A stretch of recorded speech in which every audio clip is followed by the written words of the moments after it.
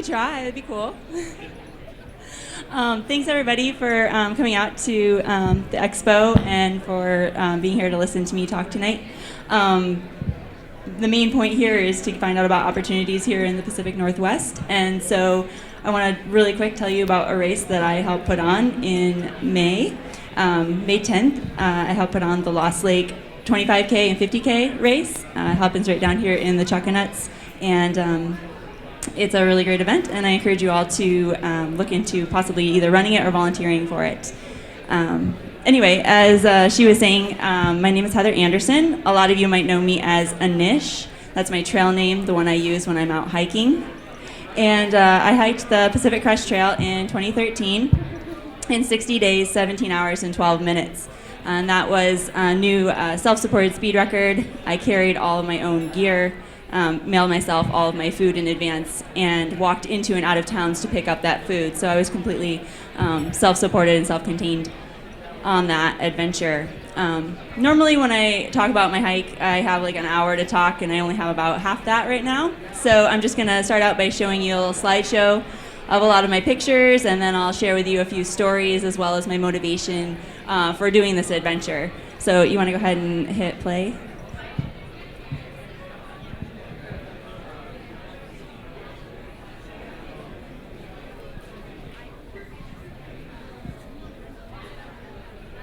I went through way more socks than that.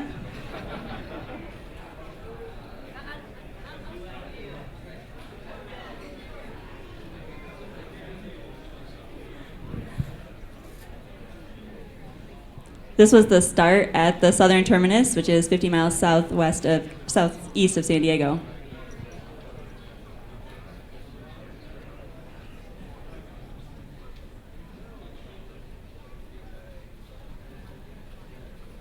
Yes, I did walk through the desert carrying an umbrella.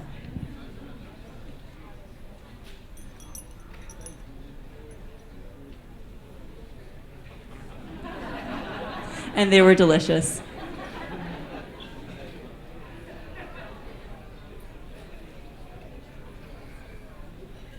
This is the Mojave Desert, which you walk across following the LA Aqueduct.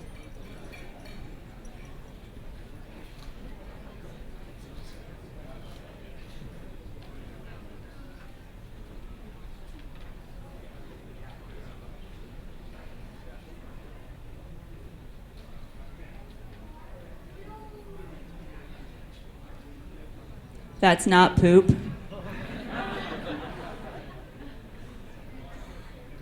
That's the high point of the whole Pacific Crest Trail. It's in the high Sierras in Central California.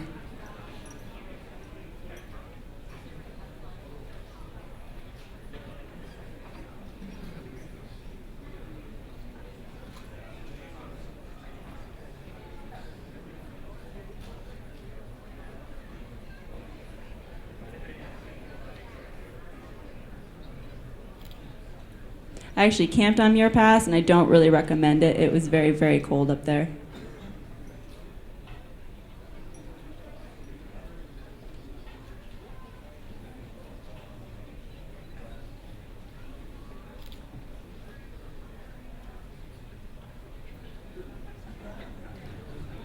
Other bottom of the food bag dinners included straight coconut oil or coconut oil on Oreos. Yes, I hike in a zebra print dress.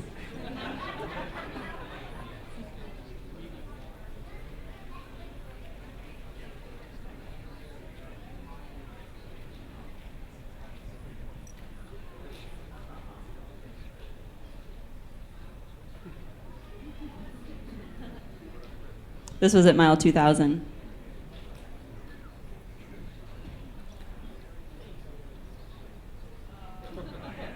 I ate an entire dinner right before having that, and I was still hungry.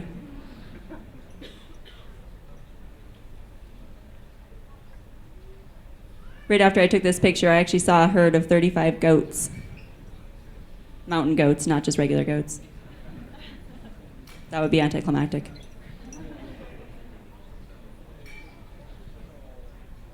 This is at the northern terminus, the Canadian border, north of the Pasayten Wilderness.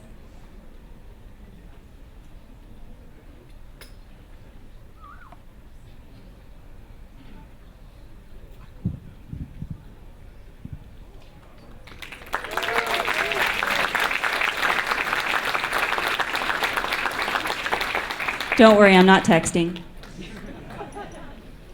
This iPhone was actually what I carried on the trail for my camera, my journal, my GPS, my way to communicate with the outside world. It was pretty much indispensable for me. So some of the things I'll be reading to you from tonight are just straight off my journal that I wrote while I was out hiking. She mentioned earlier that I broke the previous record by 4 days. The previous record was held by a man named Scott Williamson. He's an incredible hiker. He's hiked the PCT like 13 times.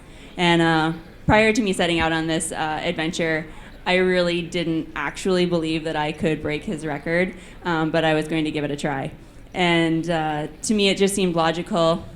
I have a very strange sense of logic, that you should be able to hike the PCT in 2 months, because that would be 1,000 miles a month, basically, give or take, that extra 600 miles. And like I said, I had a very strange sense of logic, and I'm also terrible at math. So I decided to do this hike in the same manner that Scott has done his hikes in, meaning I carried all of my gear and walked into and out of towns. So that added about an additional 30 miles to my hike to go into and out of towns to pick up my supplies. The main reasons for doing this were not to necessarily break his record, although that provided a goal for me to do. It was about becoming a stronger person and about facing up to a lot of my fears. I've been ultra running and long-distance backpacking since 2003. But I was still very, very scared of the dark, specifically to be outside in the mountains in the dark. And I knew that in order to do this thing, I would have to go out and hike in the dark at night alone and possibly run into mountain lions, which were like my very biggest fear. If I was out hiking prior to this hike or running at night, and it started to get dark and I was not in camp or close to my car, I would probably be crying, running down the trail, looking over my shoulder, convinced a mountain lion was going to jump out from and behind and attack me and eat me at any moment. And so this was a very debilitating phobia, you know. It's just like being scared of spiders or something else like that. That's kind of ridiculous. And so that was part of my motivation for going, was to get over fears like this and to prove to myself that I could do something pretty incredible physically.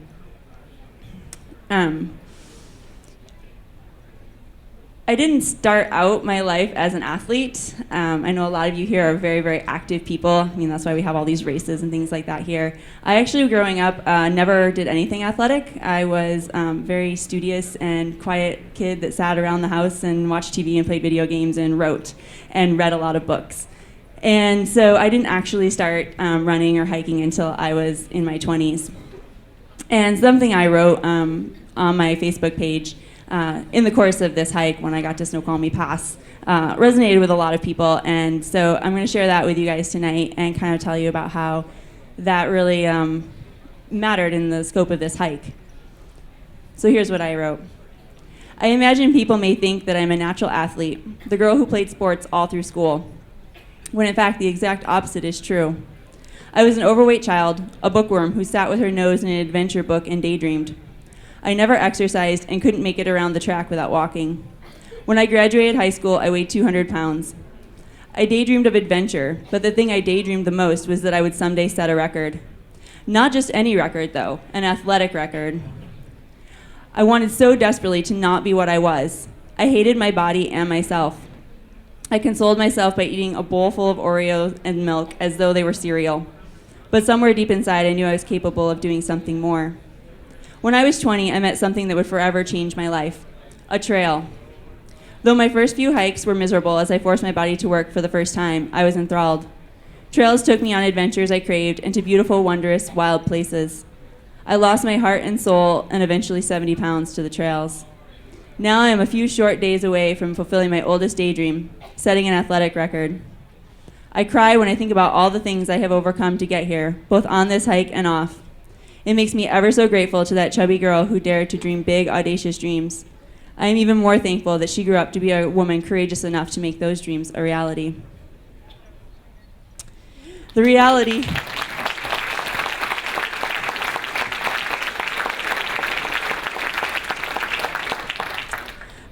of setting a speed record like this is actually one that is full of challenges as well as beautiful moments and a lot of pain and a lot of determination. When I started out, I was coming from Washington in late May, early June, where it had yet to hit 70 degrees, and going straight to the Southern California desert where it was 120. This last year, California had their most record dry year since 1877. There was not a lot of water in the desert, and as such, I struggled. My body had to go through an adaptive process, both to the arid air and to the hardship I was placing on it by making myself walk 40 to 50 miles every day, carrying upwards of 6 liters of water and 4 to 5 days of food.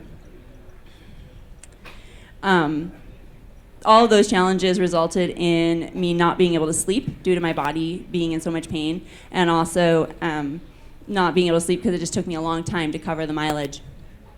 I also had tremendous, horrible nosebleeds for 30 days straight.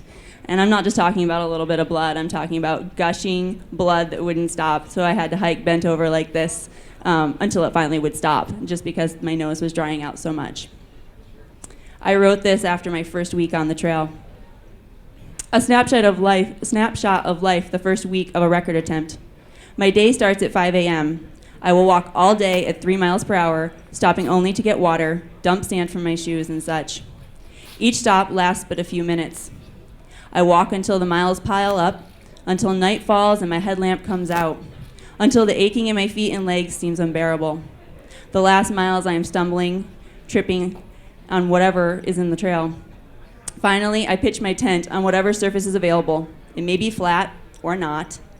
It may be a rock, but it is home for the next few hours. Inside, I struggle to choke down a protein shake. My exhaustion overrides my hunger.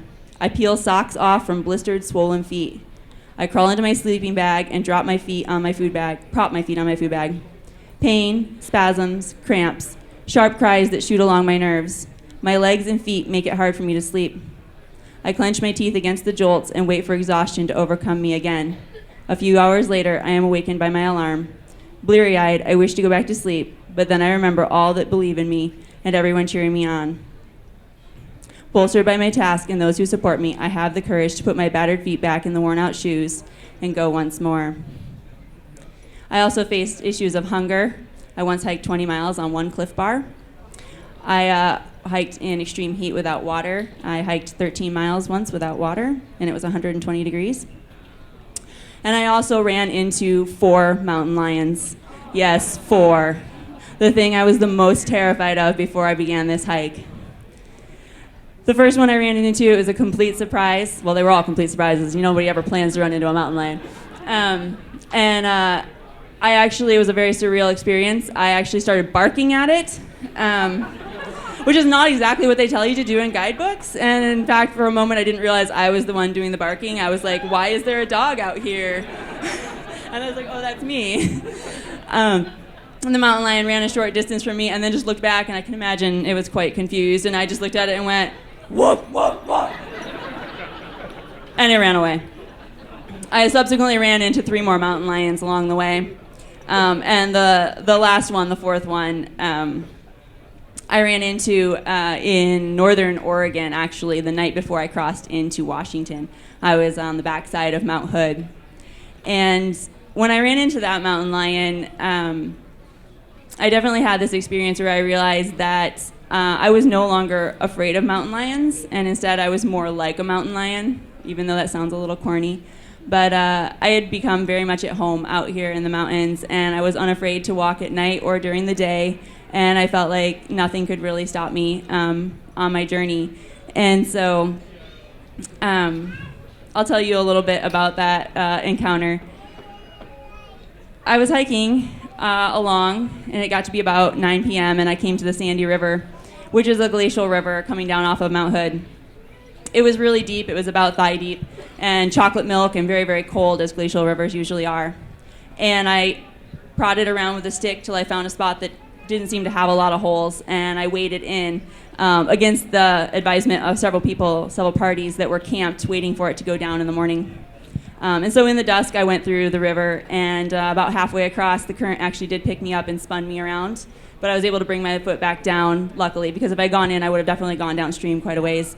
And when I came out, my feet were in a lot of pain because they had gone so numb because I was in the water for so long. So I hobbled a little ways down the trail, stopped and changed my socks, and emptied the grit out of my shoes, and then continued